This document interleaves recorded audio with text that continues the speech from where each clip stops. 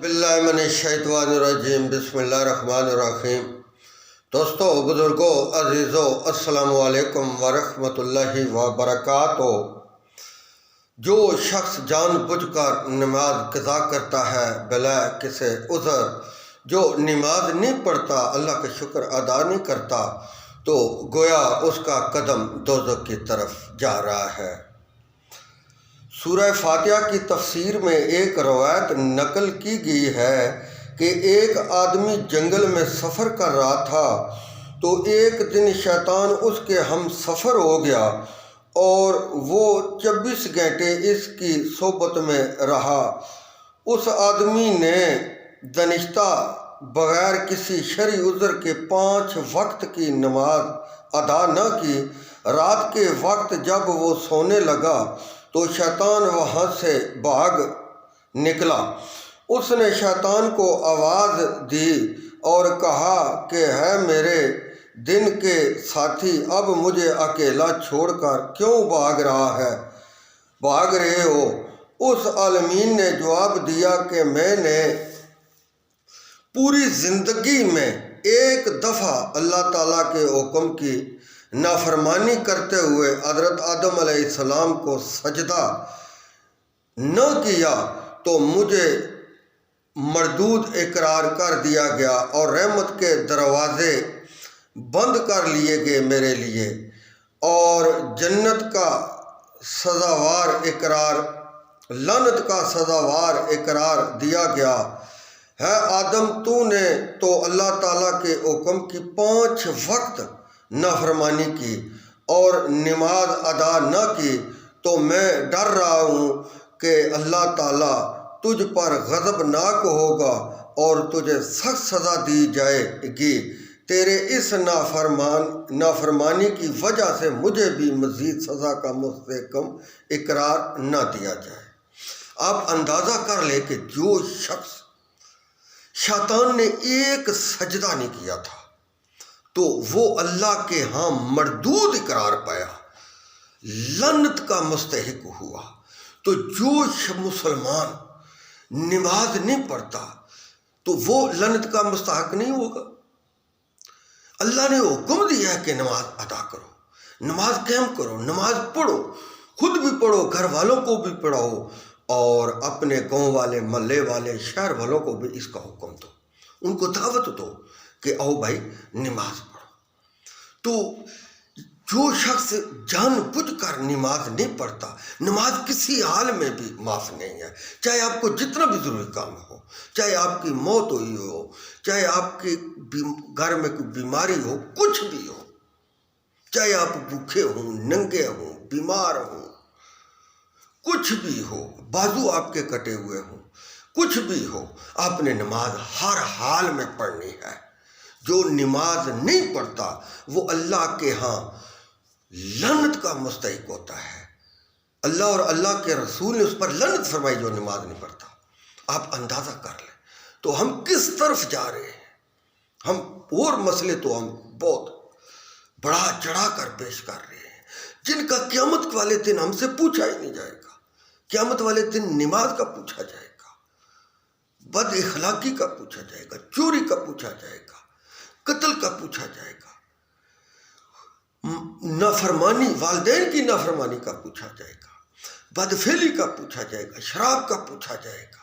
یہ وہ مسئلے ہیں جو ہم سے پوچھے جائیں گے۔ زکوٰۃ نہ ادا کرنے کا پوچھا جائے گا، مخلوق خدا پر احسان نہ کرنا پوچھا جائے گا، مخلوق خدا پر ظلم کرنا، جو ظلم کرتے ہیں اس کے بارے میں پوچھا جائے گا، تو ناحق قتل کے بارے میں پوچھا جائے گا۔ تو آپ اندازہ کر لیں کہ انسان کوئی اور مسئلے زیب ہی نہیں دیتے کہ انسان عبادت کے لیے پیدا ہے، اللہ نے کیا، انسان کو عبادت اللہ کی کرنی چاہیے، اللہ کا حکم ماننا چاہیے، اس کے رسول کا حکم ماننا چاہیے۔ تمام چیزیں اللہ نے پیدا کی ہیں، تمام زمین، آسمان، جو کچھ بھی ان میں ہے، گرند پرند، ہر چیز اللہ نے پیدا فرمائی ہے۔ کسی کا کوئی اس میں دخل اندازی نہیں ہے، کوئی اس کا وارث نہیں ہے۔ انسان جب فوت ہوتا ہے تو وہ گھر کا مالک نہیں رہتا، کوئی کسی کی سفارش نہیں کرے گا۔ جو شخص اللہ کی عبادت نہیں کرتا اس کی کوئی سفارش نہیں کرے گا۔ جو اللہ کی عبادت نہیں کرتا اس کو ہر کوئی ہر دور میں اس کو اللہ کی عبادت کا حکم فرماتے رہے، اللہ کے نبی فرماتے رہے، صحابہ کرام فرماتے رہے، تبع تابعین فرماتے رہے، ولی اللہ فرماتے رہے، مفتی عالم سکالر جتنے بھی ہیں نیک لوگ، بڑے لوگ، امام لوگ، وہ سب نماز کا حکم فرماتے رہے کہ نماز پڑھو۔ تو جو شخص نماز نہیں پڑھتا اس کی کون سفارش کرے گا؟ یہ ویسے لام کاف مار رہے ہیں۔ اللہ کے رسول صلی اللہ علیہ وسلم بھی اس شخص کی سفارش کریں گے جو اللہ کی عبادت کرتا رہا، نماز پڑھتا رہا، روزے رکھتا رہا، حج کرتا، زکوٰۃ دیتا، مخلوق خدا پر احسان کرتا۔ جس نے نماز ہی زندگی میں نہیں پڑھی اس کی کون سفارش کرے گا؟ اس کی کوئی سفارش نہیں کرے گا جب تک وہ توبہ نہ کرے، اللہ اور اللہ کے رسول کی طرف رجوع نہ کرے۔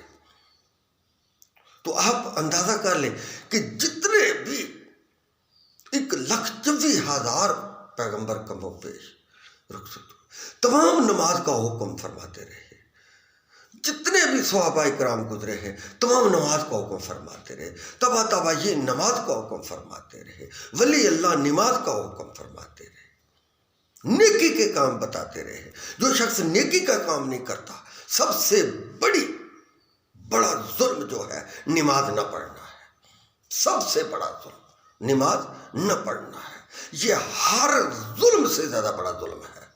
اس شخص سے کوئی بڑا ظالم نہیں جو نماز نہیں پڑھتا۔ تو آپ اندازہ کر لیں، نبی صلی اللہ علیہ وسلم نے حکم فرمایا کہ نماز کو قائم کرو، نماز پڑھو۔ صحابہ کرام نے بھی نماز کا کہا، تبع تابعین نے نماز کا حکم دیا۔ نماز دین کا ستون ہے، جب ستون ہی گر جائے تو چھت کیسے قائم رہ سکتا ہے؟ یہ نماز افضل ترین عبادت ہے، افضل ترین ذکر لا الہ الا اللہ۔ آپ اندازہ کر لیں۔ تو ہم جب اللہ کی عبادت ہی نہیں کریں، ہم سنتے بوجھتے ہم نہیں نماز پڑھتے تو ہم اور طرف بہت دوڑتے ہیں، فلانا ہماری سفارش کرے گا، فلانا ہماری سفارش کرے گا۔ اللہ کے ہاں کس کی جرت ہے جو اللہ کے سامنے کلام کرے؟ کوئی بھی کلام نہیں کرے گا اس شخص کے بارے میں جو اللہ کی عبادت نہیں کرتا۔ اس سے بڑا کوئی ظالم نہیں ہے، کوئی بڑا ظلم نہیں ہے، کوئی بڑی شرک نہیں ہے۔ شرک کا مطلب ہی ہوتا ہے کہ اللہ کے حکموں کی نکاری کرنا، اللہ کا تقوی اختیار نہ کرنا، اللہ اور اللہ کے رسول کے احکام کے مطابق زندگی نہ گزارنا۔ یہی حکم اللہ اور اللہ کے رسول نے دیا ہے۔ وآخر دعوانا ان الحمد للہ رب العالمین۔